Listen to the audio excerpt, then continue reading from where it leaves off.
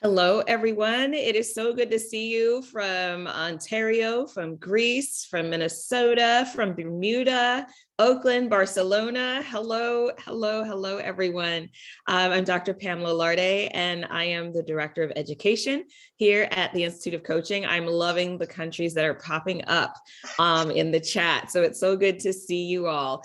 As well as the states, as well as I'm seeing Boston, I'm seeing Florida and Maryland. And so this is really exciting. And I'm so glad that you're able to join us today for this really important discussion around power dynamics. I'm going to go ahead and introduce our guest and play a short video that will kind of help you get a little bit of insight to her background. So I'm going to share the video screen while, the opening screen, while I go ahead and begin this. Hold on, I am not able to see what I'm sharing. Just give me 1 second. I had it all ready and queued up and now I can't find it. Let's see. Okay, there we are. So I now see what you see. Let's see. All right. Thumbs up, Januss, if you see your video on the screen. Or do you see something No, else? I don't. I see my bio. Oh, okay. Wrong thing. I'll just read your bio and then I'll share the video. I'm glad I asked. All right. So a Emmy award-winning journalist, historian, entrepreneur, keynote speaker, and author, Dr. Janus Adams, has been engaged with history since childhood. A Northern school desegregation pioneer at age 8, she was one of 4 children selected to break New York's de facto segregation in the wake of Brown versus Board of Education. At age 10, she was introduced to Dr. King. A dynamic speaker and passionate storyteller, Dr. Adams is known for her unique perspectives on current events through the lens of history. A leadership and strategic communications consultant, her clients include the Annie E. Casey Foundation, Bantam Doubleday Dell Ellen Rolfe's Books, California State Department of Education, the Field Museum, the Ford Foundation, Hughes Aircraft Galaxy Classroom, and Scholastic Incorporated. A frequent on-air guest, Dr. Adams has appeared on numerous major networks, including NBC's The Today Show and NPR's All Things Considered. With more than 500 articles, essays, and columns to her credit, her work has been featured in Essence and Miss magazines, the New York Times, Newsday, USA Today, and the Washington Post. Dr. Adams' master's is the nation's first graduate degree in Black Studies, and her doctoral chair was human rights champion and author Shirley Graham Du Bois, widow of Dr. W.E.B. Du Bois, known as the father of Pan-Africanism and co-founder of the NAACP. So we have a wealth of knowledge and experience and wisdom, and I'm going to go ahead and show you her video. When I write from a point of healing because I, like everybody out here, has a pain, has an ache that needs to be addressed. For me, it's the obvious. It's the burden that other people with a racial problem choose to project on me. It's the burden that other people with a gender problem choose to project on me. I don't have a problem with being a woman. I don't have a problem with being a Black person. I don't have a problem with any of it. But other people have problems that they choose to project on me. And so I write and I speak from a point of recognition and validation for what I, symbolic of millions, am feeling. And I write and speak from a point where we can heal ourselves. We can realize that this trash that is coming out of people's mouths has nothing to do with us and everything to do with them. I refer to being a child, and because Dr. King literally raised my chin, saying that I was raised by Dr. King, meaning that what he was saying was keep your chin up.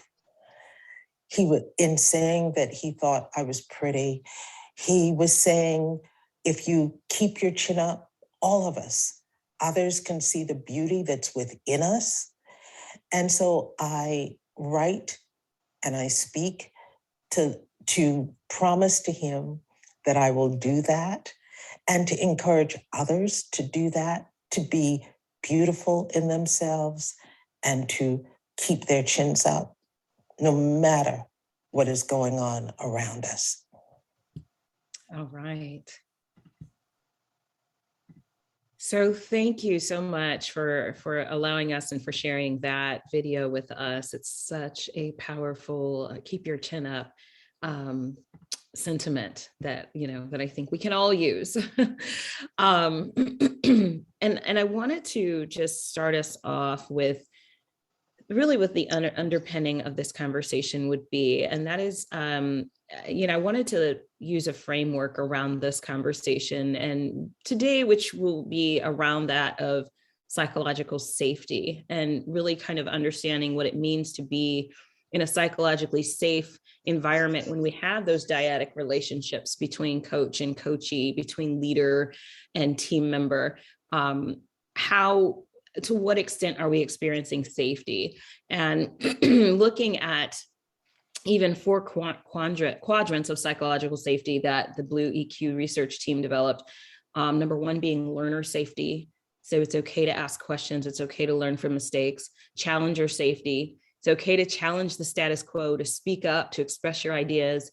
Collaborator safety. It's okay to engage in interact with colleagues and have mutual access to information, maintaining open dialogue. And then finally, inclusion safety, knowing that you're valued, that we're treating people fairly, that we feel that our experiences and our ideas matter. So just wanting to lay that as a bit of a foundation from which we may have this discussion today. But thank you so much for joining us today, Dr. Adams. Hi, thank you. Thank you for having me.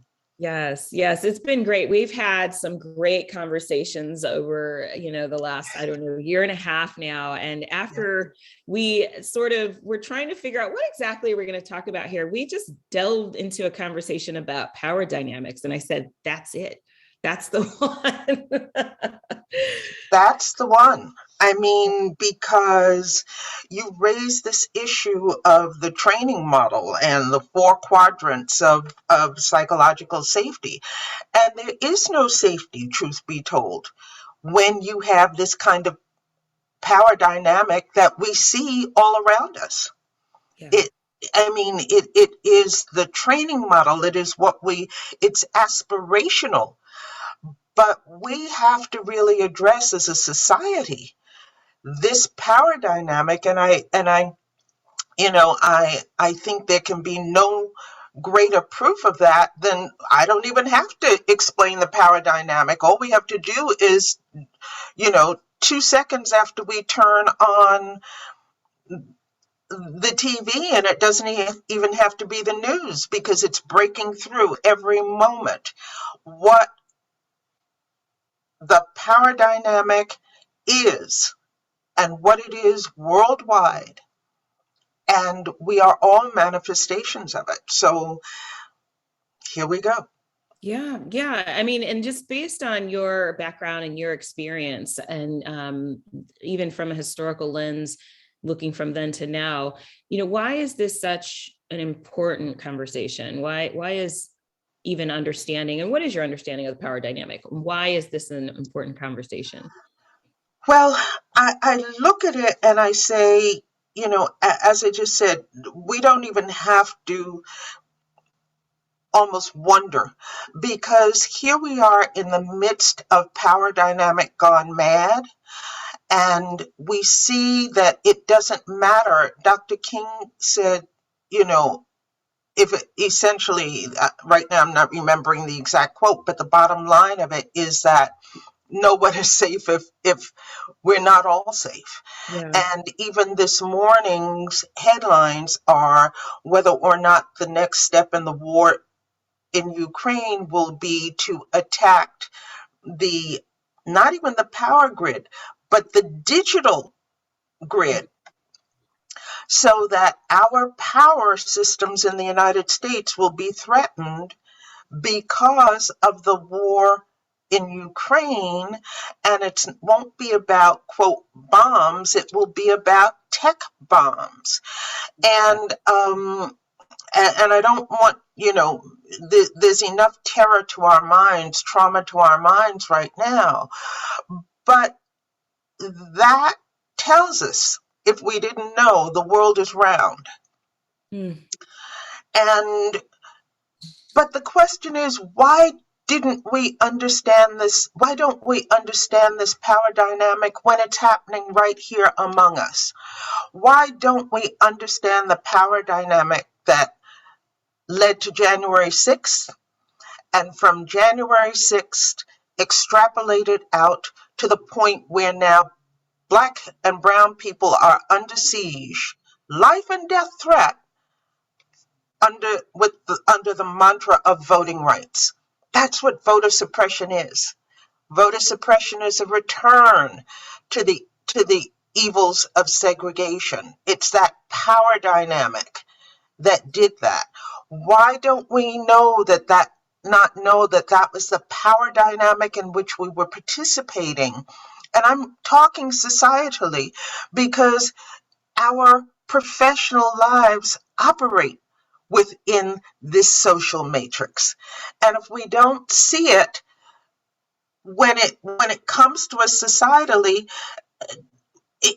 we're not integrating what we're seeing and what we're doing. And so when I mention these things, I'm talking about the integration of understanding of what is going on around us, how that impacts us, how it impacts our clients, how it even impacts their clients on a day-to-day basis. And to pretend it doesn't exist or to try to make it not exist so that we can just, quote, do our jobs, is where everything falls short. Yeah. And I hear what you're saying. And, there's a part of me that wonders, is it that we are pretending it doesn't happen, or it's not happening, or are we just thinking, it's not going to get that bad? We're just going to keep pushing through. It's not going to get that bad. That's exactly what we're doing. We're doing all of the above. And the problem with doing all of the above is that we were in denial about having conversations about egregious misuses of power when it was the impact of our own country, the United States, on the Euro-American created banana republics that led to what's happening with people migrating from South and Latin America in search of safety. We are okay with calling that illegal aliens without thinking, well, what makes them illegal? But when it's Ukraine, to be honest, it's white people who are going through it. And now we get it. Yeah, I mean, it's when you identify, the story becomes very different when you can identify with exactly. Yeah, absolutely. I would also love to. I just wanted to say, not only do we identify differently, but now we are impacted. Not only identifying, but we now understand that we are being impacted by it. So I want to move into more of the career realm of things. So if we look at titles and positions, if we look at our professional roles, so for example, we may be a doctor or a president, a senior, position, but we're in a medical office or we're in a legal setting. If we may have top level positions, but when we are in a setting that's outside of our expertise, for example, so if I go to a doctor's appointment, if I'm getting legal advice, Right now, I'm just Pam, you're just Janus, and we're assumed to have little to no voice in our experience. So there's an assumption that if this isn't our field or this isn't our expertise, we need to defer to the expertise to those with the titles, which sounds, justifiable. Of course, we want people to come to us with our expertise when we're in that position. But I'm curious to know your thoughts and your experience around that. Or in an earlier conversation, you kind of discussed what it felt like to be in that different power. Yeah, I did. Yeah. I did, and it will never leave me. The short backdrop of it is that my mother was, by the time of the story, experiencing severe dementia. And so it was the first time that something really important in my life was happening where where I knew she wouldn't be there. And in this case, it was an honorary doctorate. And so I brought my robes to her and the video. She was completely engaged, but the people around her, the team around her, was also there. Fast forward, I get one of the calls that I was getting at that point on a regular basis. Your mother is about to be taken to the hospital. And so I would leave Manhattan to meet them at the hospital in Connecticut. And when I got there, I heard this doctor scream. Well, I didn't know it was a doctor. I heard this person screaming at the top of his lungs, "You're going to give a transfusion to that?" And he went on and on about belittling the patient and belittling the staff who were in attendance of that patient. And when I got closer and closer to the voice and turned in, I realized the patient he was talking about was my mother. But the person who was there attending her looked up and said, "Dr. Adams, you're here." How did she know about that? Because she was in the room the day when I came with my doctoral robes, etc. But the people in the room who were doctors, nurses, they just heard, "Dr. Adams, you're here." And all of a sudden they went silent. And the madness stopped. And I realized the power of that one word. They did not know that I was the kind of doctor that couldn't give you an aspirin. But all of a sudden, "Dr. Adams, you're here," got that situation under control. Dr. Adams went to the desk and relieved that doctor of all responsibility for my mother, and also got the names of the other people on the list. And from that experience, I realized what is really happening in our hospitals. What is really happening is not just that we are belittled as patients, but it is that often the professionals are given a false sense of who they are in their professions. We all have been to school. You went to one school, I went to another. Get it together. Now, as professionals, as coaches, we may not be able to say what I just said, get it together. Frankly, that day, I did say, get it together. And I stopped everything. But look at all the people whose lives are being threatened daily because Dr. Whoever did not walk into the room at the right time to say, get it together. Yeah. So the issue is the responsibility that we have as coaches, as people who are trying to help, to intervene in a situation. We may think of the power dynamic in terms of, well, so-and-so is this big deal and I'm not. My livelihood is dependent on this big deal saying who he or she is, and that I am really in the scope of things very little next to them. But at a certain point, I think we have to realize what the mission is. We are saving lives just as much as they are.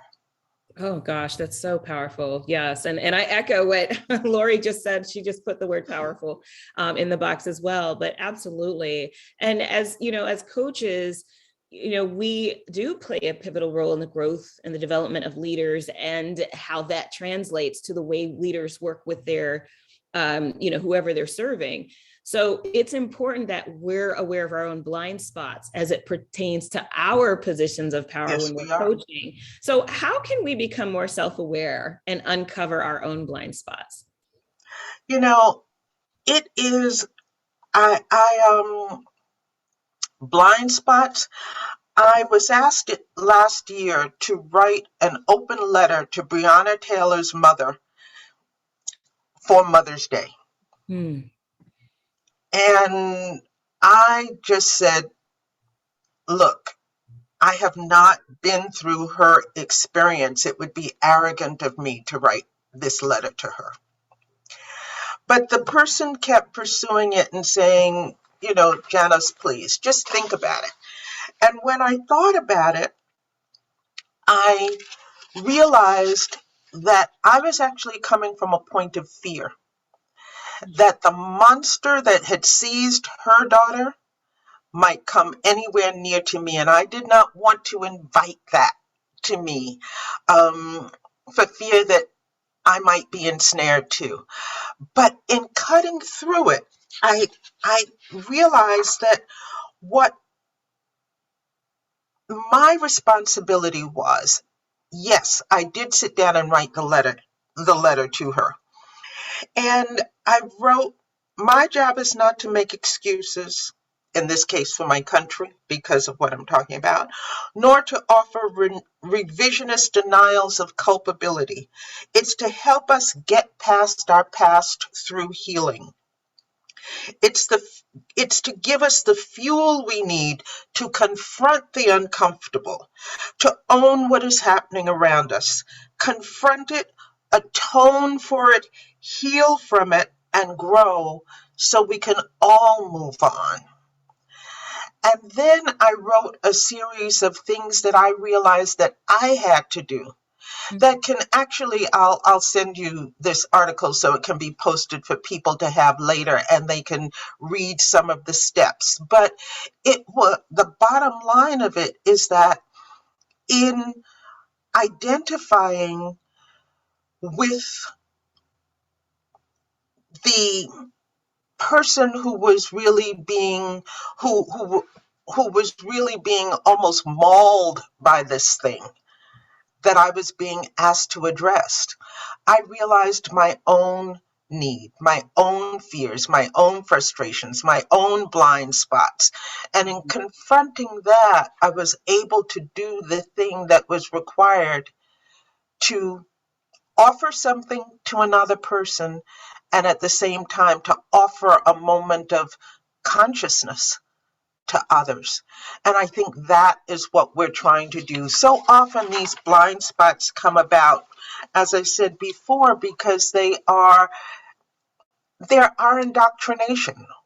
And we don't call it indoctrination, we call it socialization. But that's what it is. And then we fuel in our own inadequacies. And recently I had a client that I was asked to comment on their work. And to be blunt about it, this was going to be $75,000 on the line for me if I offended the wrong person. So I'll just cut to the chase on this. And I really thought about it. And finally, it occurred to me to say to them, look, you've brought me into this. And I'm really worried about the position that this puts us in for the reason I've just said. But you brought me here because you trusted me. I would be violating your trust if I didn't tell you the truth that Right. you're paying me to tell you. And so I'm here to talk to you. And I would like to be able to tell you the truth so that I don't violate my contract with you. Right. And Of course, they had to give me that permission. And that's how we got past that moment. It is not easy, but that's how we did it, or that's how I did it. And I think that the blind spots, that being able to identify that, being able to get past some of those things is what's going to be able, enable us to be honest, to be, transparent in the ways that we communicate with our clients. And that's. And also to put the clients on notice that what's going on in their heads. Yes. You know that this power dynamic is operating. You know that it puts both of you in a situation that is untenable if you are to really do the job Right. that they're hiring you to do. So Right. do you want me to do the job or do you not want me to do the job? Let's be upfront about that. Yeah. Is there trust going on here? Yes, absolutely. Yeah. So I want to put out this because the description of this webinar mentioned oppressive versus liberating relationships, and I wanted to dive into that a little bit. How would you describe the difference between oppressive versus liberating relationships and how this plays out in leadership and coaching? When you ask that question, a quote comes to me from Alice Walker, and I may not have it exactly right, but I think it's the answer. She wrote, "No one is your friend who denies your right to grow." That's powerful. I'm going to outuse that word, by the way, but yes, that's wow. Can you say it again? No one is your friend who denies your right to grow. And it has more to it, but that's what it is. Yeah. So yeah. I'll mark that to myself, make a note to self to send you that as well as the Breonna Taylor letter. Sure. Yes. Yeah. So a liberating relationship is one that allows us to grow, allows us to be ourselves. And an oppressive relationship is one that is the opposite, that does not. Yes. And the client consultant relationship is the same. If it is an oppressive relationship, if you're going to deny the person the right to be as professional in their jobs as you think you are in yours. Yeah, absolutely. Well, I'm not even going to dig anything further than that. That says it all right there. So I want to get into, and this kind of takes us a little bit back to the medical conversation, but this is something that is near and dear to my heart. So I'm selfishly inserting this conversation into this because it's so important. But in the states of Georgia and Wisconsin, the rates of Black maternal and infant death are the highest in the country, in the United States. Emerging research from Harvard School of Public Health and the CDC are finding that doctors are minimizing the perspectives of Black women patients when they express concern or reveal that they're in pain. And this, to me, it reveals a dangerous power dynamic that is possibly leading to death. And I'd love to hear your thoughts on this. Do you see similar dynamics playing out in other fields? What is your take on this kind of situation? Well, it is very, very personal to me because I'm a woman who almost died in childbirth. In New York, in a fully accredited hospital as a relatively privileged Black woman. And so one of the reasons I'm mentioning that is because so often when we think of these things, we build in what we're told that makes it in a way understandable that these things would happen. So you say Black and brown women are being denied and dying. And so you put in, well, they must be poor. And, they didn't have good maternal care. And they probably had pre-existing conditions. And so we're trained to give the excuse for their mistreatment that the very doctor is giving as an excuse to mistreat them. I was very privileged at the time My husband was world renowned. I was in New York City, not the South. All of those things, and still I was treated this way. Serena Williams should come to mind with her treatment and why she made it public. Dr. Susan Moore should come to mind, a physician being treated for COVID who was allowed to die. And truth be told, her death was almost propelled by the resentment of the medical staff that she was saying what was happening to her, that she actually knew the treatment, and she is texting and trying to broadcast to the world at the same point, this is what's happening to me. We then found the numbers say this was what was happening all really across. So I answered you that way because yes, these numbers are high in certain places, but the point is that they're high in all the places, and these are the ones that are just higher than the high. That's the first thing.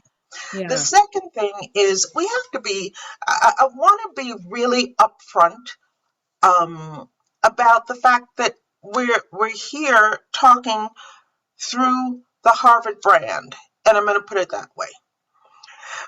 For 350 years of its history, Harvard excluded Black and brown people and women.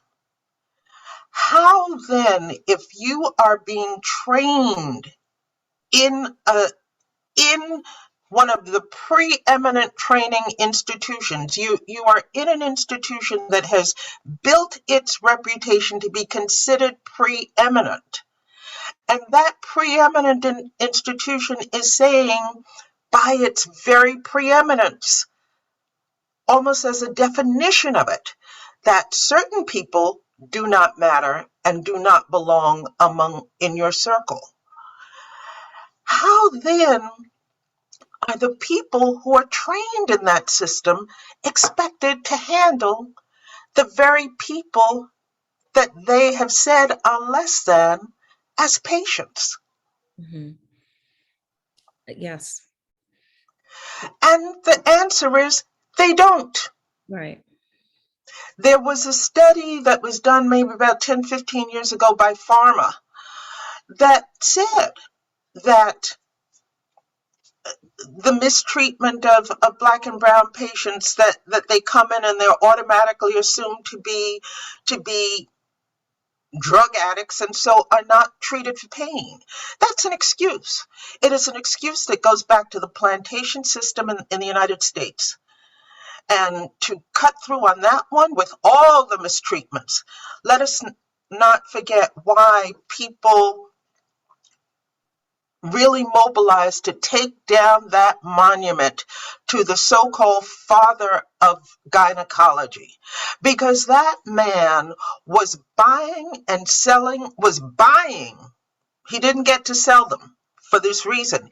He was buying enslaved Black women to chop up in the name of studying them for his gynecology practice.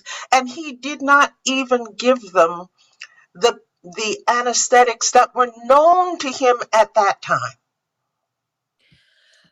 Yeah, and I mean it's heavy, and I recall the stories that talked about why he couldn't sell them, and it's just They were dead by the time. Yeah, right. Well, so I want to bring this to coaching, because you're making some really great points and pointing to how brutal this power dynamic can become, and in oh gosh, I can't think of the name right now. I'll look it up.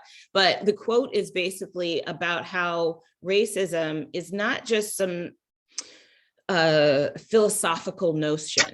It's No, not it is just, not. It is actually something that results in broken bones and death and physical trauma, and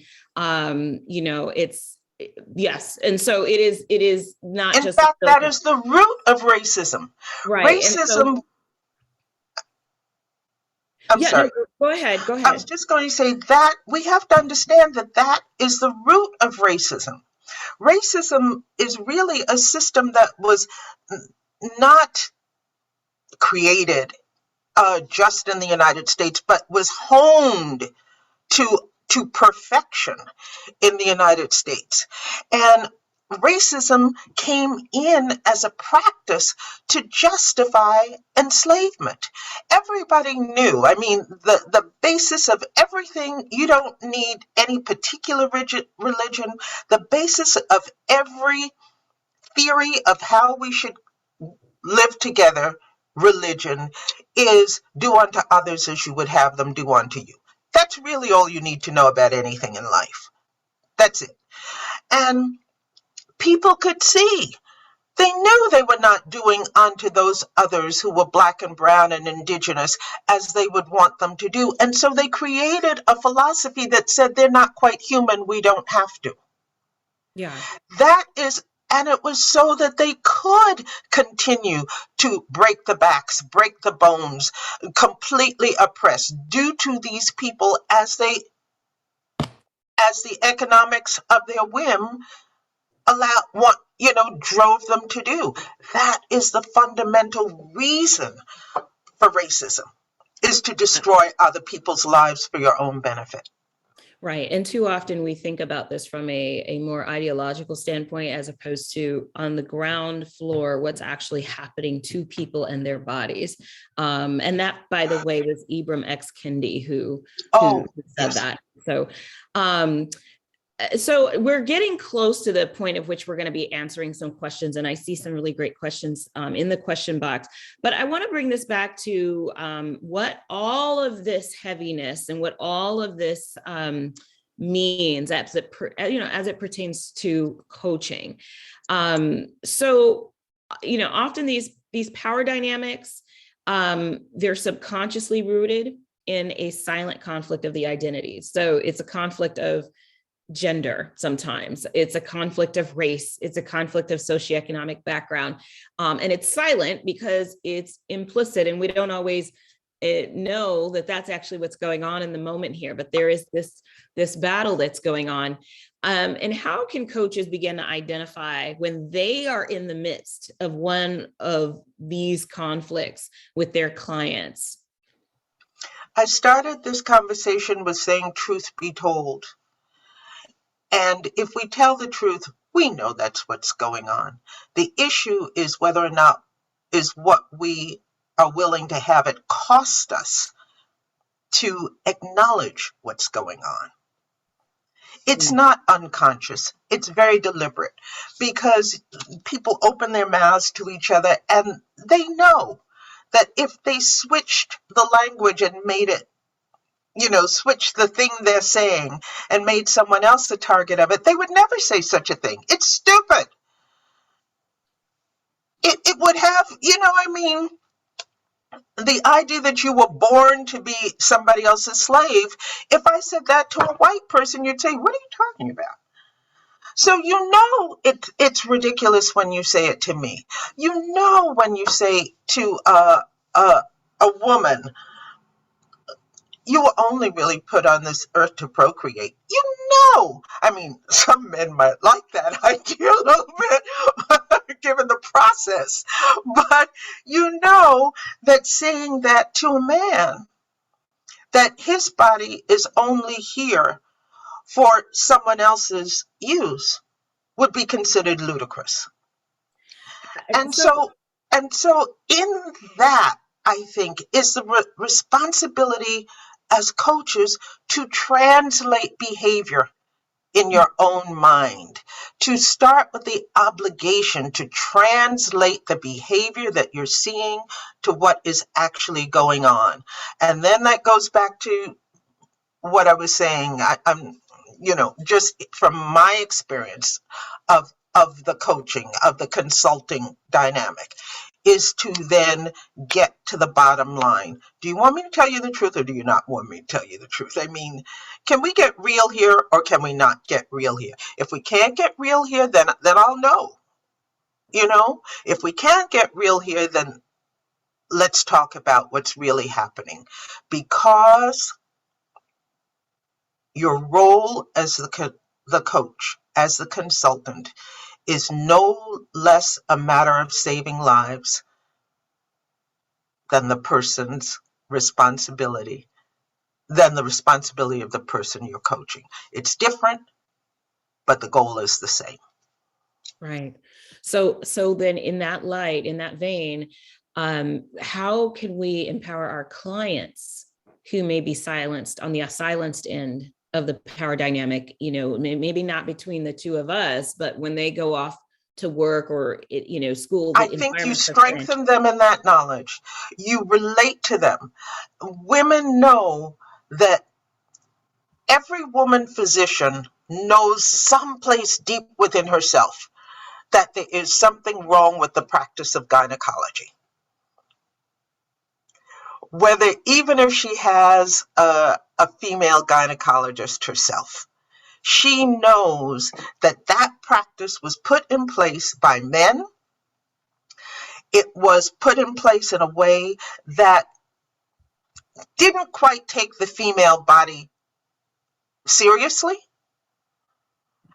And therefore she knows. So if you as a coach can get that person to relate to their own experience of it, and then realize that what they have to do in terms of even I'll call it asking up for the other person. Do you want me to be truthful here or do you not? If you don't, I'll know. And then you build in terms of your training, the things that you have to do when you meet that situation. Which will make you more conscious when you're doing it, but it will also make you more activist when it's being done to you. And when you see it being done to you, you too will understand that you are saving not only your own life and skin, but someone else's. It really, this kind of, what I'm talking about is an activism practice that spans, I'm here not as a physician, not as really a coach. I am a consultant, but I'm here as a writer historian who has really, and journalist who has on a contemporary level reports what's going on, and as a historian looks at the patterns that led us to what's going on. But I realized that I would have to be an activist journalist in terms of what stories I told. And one of those examples that I'll just say, when I say you then look at your, at the hierarchy that you are facing. I remember, yes, I'm one of the school children at 8 years old. The weight of the world was put on my shoulders as other children to desegregate the United States. All right. And on one of the anniversaries of Brown versus Board of Ed, I was listening to my own newsroom, and they were talking about vouchers. They had no clue that segregation had ever taken place in the North because they were in denial about it. And so they couldn't understand the need for desegregation of the North. And it occurred to me, I got to cut through on this somehow. For my own sanity, I have to cut through. And so I called newsrooms all around the country and I asked if what they are writing in terms of this dynamic of what's going to happen with school resegregation. And I said, well, has anybody ever read Brown versus Board of Ed? So for the Brown versus Board of Ed document, substitute any of the high level accepted training or theoretical documents that are in your profession. Just substitute it as I speak. And I asked them if they had, and if therefore they knew the manifestations, what had happened as a result. And they said, "Come on, Januss, this is not, this is news. This is not history." And so what I finally did in my own activist practice as a journalist historian is that I decided to go beyond my own comfort zone, and I staged a return to the school that I had desegregated, and brought together not only that school, but brought them together with the school that I had left, my comfort zone at an 8-year-old, to go into this lion's den where I was physically threatened as an 8-year-old. That's how crazy people were. And in doing that, CBS, ABC, and NBC, and NPR all covered my return as a news event. And that's how we got to talk about the resegregation of schools and what it meant. Activists. Everybody does not have that, but the point is you have something. There's nobody who has nothing. You did not get to this point in your life or your career where you have nothing. No, everybody has something, and you have to find that thing in yourself that forces you out of your comfort zone and then gives you a way to make the point so other people will get the point as well. Yes. Yes.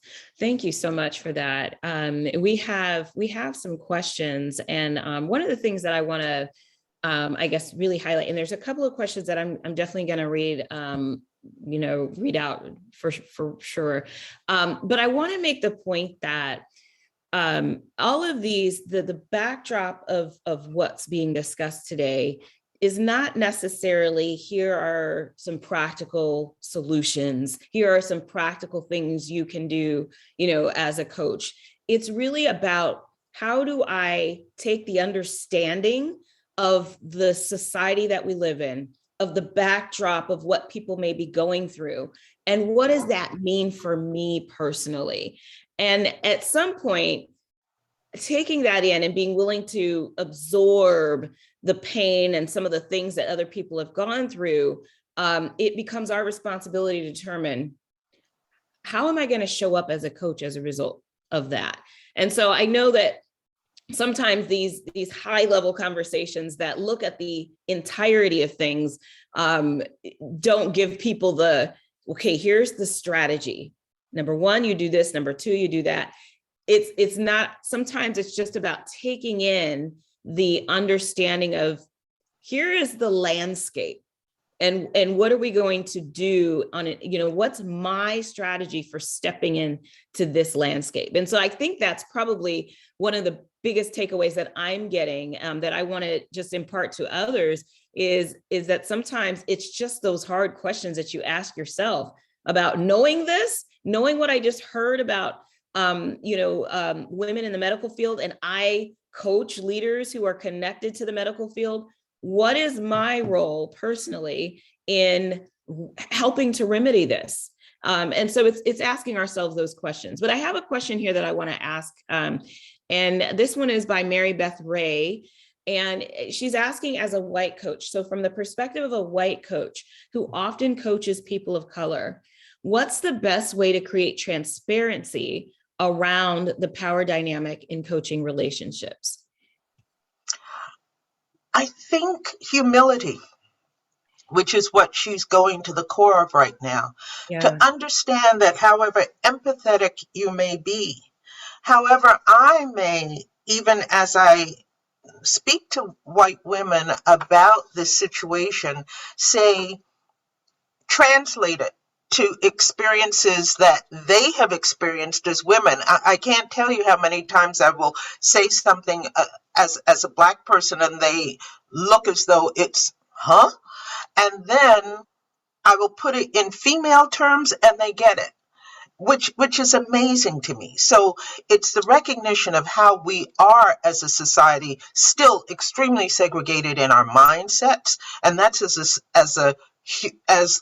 because American society is rooted in the deficits of European society, which has enforced itself worldwide. It's not going to be that. I'm looking at the countries that we're come from. It's identifiable there as well. That's why I'm saying that. But I think that at a point you ask the question of the person. You recognize that they are you may be the expert in coaching, in knowing the profession of coaching. You may be the expert in medicine, in knowing how the body parts fit together and what they do, but they are the experts in their experience. And if you ask them and then ask the question, sometimes the greatest coaching we can give is validation. Mm-hmm. I see you. Sometimes is the greatest gift we can just give each other. So I think that asking the question and asking, am I getting this correctly? You've said this, but am I understanding you correctly? Right. That sometimes is the greatest validation that you can give. And then you can learn and you can grow from there. Yes. So I have two questions that I'm going to ask, and I hope we can fit them in because there's a lot of great ones, but there's two here that I think kind of speak to maybe what broader audiences. So the first one I'm going to stick to the medical field, but the second one gets into education. So let's try to allot the time. Okay, as a white leadership coach working in a healthcare system in Memphis, Tennessee, who is fully aligned with your truth-telling and liberatory practices, how do you suggest we contract with folks to get down to these innermost layers of personal transformational change? Now, as a coach, I take an asking approach instead of telling, and sometimes leaders ask for deeper inquiry and I can go with it, but sometimes they need to know the truth and they don't ask for it. So what's a coach to do? I think to ask them if they want the truth they're not asking for. There it is. Can we move to the next question? Because that was just the perfect answer, if there's such a thing. Yes, that was beautiful. Okay, and then the second one is about education. What about the power dynamics between education? This is the education levels. I misread it. Between education level and position. Would the same points about racism and gender fit here as well as we're talking about differing levels of education? And how would you address this with a client in the form of a question? If I understand it correctly, those levels of education, using class as a metaphor, I mean, for school and class, but also the societal part of it. It's another way of stratifying. If I'm hearing the question correctly, Yeah. and I think that is what the problem is. What you're doing is valuing one kind of education, one kind of means of learning, and undervaluing another means of learning. You're overvaluing someone who got a bunch of letters behind their names and undervaluing someone who didn't. Using my experience as a historian, I will remind us that some of the greatest inventions, particularly of the 18th and 19th centuries in the United States, were actually forged by people enslaved who did not get the credit for what they were doing, and women who either used men's names Yes. to get patents and remind them that the government did not, they allowed foreign white males to get patents in the United States, but African Americans enslaved were told they were not citizens and so they had no right to their inventions. We have to understand that this is so rooted. It's one of the reasons, this is a quick aside, but it's one of the reasons that this whole nonsensical CRT discussion is so dangerous. Oh, see, we don't even have time to get into that. And I'm just going to say, because what it is that it's telling you, you should not know what you need to know in order to do your job better. Right, right. Well, I'm going to let you end on that because we are at the tail end of this conversation. And I want to thank you so much. As I said before, the backdrop of what's happening in the world and what's happening with your clients and their lens and their perspective and their experiences are vital for us to think about how we will then show up as coaches. So I hope that you all have taken in this information and that it will give you something to really think about and chew on. Now, I want to give Dr. Janus Adams an opportunity to let us know how to best reach her. And also, for those of you who are not members of the Institute of Coaching, please check out our membership options, consider it. All of our webinars are not public. This is an opportunity for the public. So I'm so glad that you joined us today. Dr. Adams, how can people best connect with you? Well, thank you for asking. On the screen, you'll see the spelling of my name. It's Janus Adams, ADAMS, and my website is janusadams.com. You can contact me in the coaching, on the contact page. You can contact me through there. I do respond as much as I can. And also, I'm going to ask you for the favor of preserving the chat for me, because I'm learning. Obviously, I can't read everything, but I saw a couple of things that flashed, and I'm learning from the comments that we are getting here as well. Yes. So I want to thank the audience for being here, for listening, for inviting me into their space for the moment, and to thank them for sticking with us on this.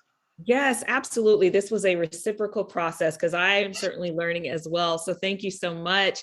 And for those of you who are in the chat, thank you again for joining us. We have these every couple of weeks, and this will, or every week, I think, but this will be sent to everyone who registered. So you will get a recording, you will get the chat. And I thank you so much. Have an excellent rest of your day or rest of your evening, depending on where you are in the world. Bye, everyone. Bye, everyone. Thank you. Thank you, Dr. Adams.